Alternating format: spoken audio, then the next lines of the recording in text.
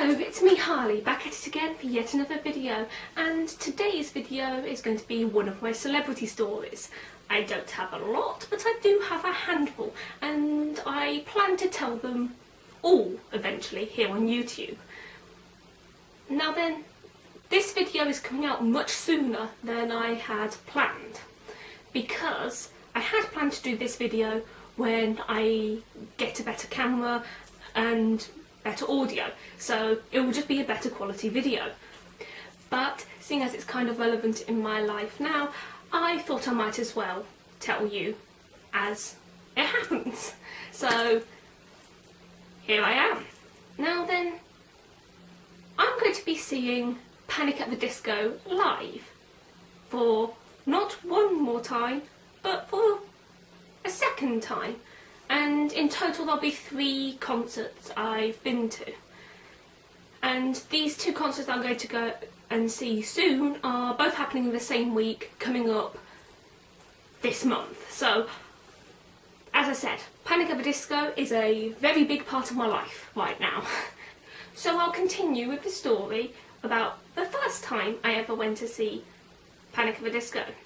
Now, this was back in 2016 when I went to see the Death of the Bachelor tour. And I went to see Panic at the Disco at the Alexandra Palace in London. Now then, just to give you a bit of context, this was only the 3rd ever concert I had been to. The only 2 concerts I had been to previously were the Imagine Dragons Smoke and Mirrors tour, and before that the Fall Out Boy American Beauty American Psycho tour. So I still was pretty new to the whole concert experience, and this was my first ever time going to a concert where there was no seating and I was going to be like right up close. So I hadn't realised, but having a big dinner beforehand probably wasn't the best idea. So, what should you know about what happened before I went to see Panic at the Disco? Well, it was a Sunday, and it's a very common thing here in England to have a Sunday dinner, which is basically a big roast dinner. I have corn, but roast meat, vegetables, roast potatoes, gravy, all the works. I wasn't going to miss my roast dinner on that Sunday simply because I was going to a concert. Oh no. I decided I was going to have a big roast dinner with my mum as usual on Sunday before going to this concert, which, looking back on it, I regret now. So, there I am at Alexandra Palace. I managed to get there pretty early and get really close to the front. Like, I wasn't the front row, but I was about between 5 and 8 rows back from the stage. So I was really close to BRENDON URIE. Like, really close.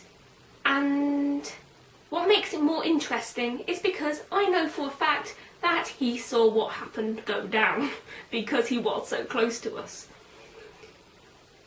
So, about 2/3 of the way into the show, everything had been going swimmingly. I'd been having an amazing time singing along with the songs, jumping up and down, just having fun. And this woman, now she was about, I'd say between 20 and 25. I'm not good at ages, so I'll just give you that kind of age gap. And she did something which she should have known better to do. I was 16 at the time, and there was a woman standing behind me with 2 kids, probably around the ages of 12, 14. Similar ages, maybe one was a year or 2 older than the other, I don't know. But those 3 were clearly a group together. I'd been speaking to them before the show began, and everything was pretty quiet, so I've had a nice time chatting to these people. Anyway, this woman, the 20-year-old woman, comes barging through the crowd. Now, it's obvious at some point she arrived pretty late and had planned on being really close to the front and ended up really far back. She was determined to get to the front to see Brendon Urie in all his glory, and was literally elbowing people out of the way, storming through. The girl behind me, who was about 12, 13, this woman slapped her in the face and shoved her out of the way. Now then, I'm pretty certain this girl's mum, aunt, I don't know who it was, but the mum of the group, shall we say, was going to do something about it. But before she had a chance to, this woman elbowed me straight in the stomach. Not a good combo to have. Roast dinner, plus 2/3 of the show jumping up and down, plus being elbowed in the stomach is gonna cause mayhem. And it did. I ended up vomiting straight down the back of this girl's neck. Now then, I don't feel sorry for her. She shouldn't have been barging through anyway, but I certainly didn't plan this. I never planned to be sick on anybody at a Panic at the Disco concert. Hell no. She then turned around, fury in her eyes, and had clearly taken great offence to me being sick down her back, which I can understand why she'd be upset, but it wasn't exactly my fault. And she, in her infinite wisdom, decided that I had the worst superpower ever, Projectile Vomit Girl, and went to punch me in the face. Now then, I mentioned in a previous video that when I was really young, I didn't do any form of self-defense. Well, I do now, and at this point I have been doing self-defense for about a year. A bit less than a year, but about a year. And I knew how to protect myself to a certain degree. I saw this fist coming towards my face. I knew that if I didn't act quickly, I would end up with a bloody nose. And I wasn't going to let that happen. So this woman, mid-punch, I block the punch and then flip my fist straight into her face, as I have been taught to do in an attack as such. This very quickly broke her nose. And I know it was broken because I ended up going to the first aid with her.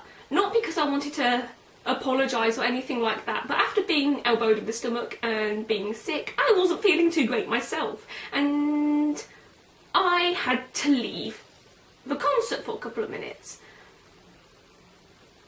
Now then, there's blood pouring down her face. She's screaming and shouting, and the security have now been taking her away, and it's just mental. She was threatening to sue me.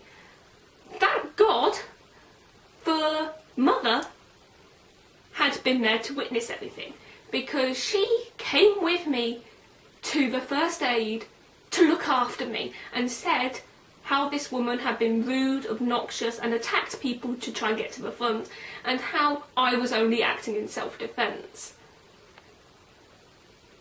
Well, I know Brendon Urie saw me, because I saw him look in our direction as this happened, and praise to him because he is a true performer, and I'm certain he's seen situations much worse than this happen before. He just continued on, and I left and got better, and when I came back into the show, because I only missed about half a song, I slipped back in to listen to his cover of Bo Rap, and I didn't miss that much of the show. So yeah, that's the story of how I vomited in front of Brendon Urie and how I got into a fight in a concert. So, not much else to say. I hope you liked that little story of mine. I don't mind talking about it. I mean, I didn't even find it embarrassing. I still don't find it embarrassing. It takes a lot to embarrass me, believe me. I've been through a lot, and I probably will go through a lot more. One day I'll probably tell you about the time that something that would embarrass a lot of people but didn't embarrass me happened in the Jack Whitehall concert. And I've got stories to do with creeping up Pete Wentz. Yeah, I've got a couple. I'll tell you them when I get a better quality camera. So, until then, toodle pipple beans.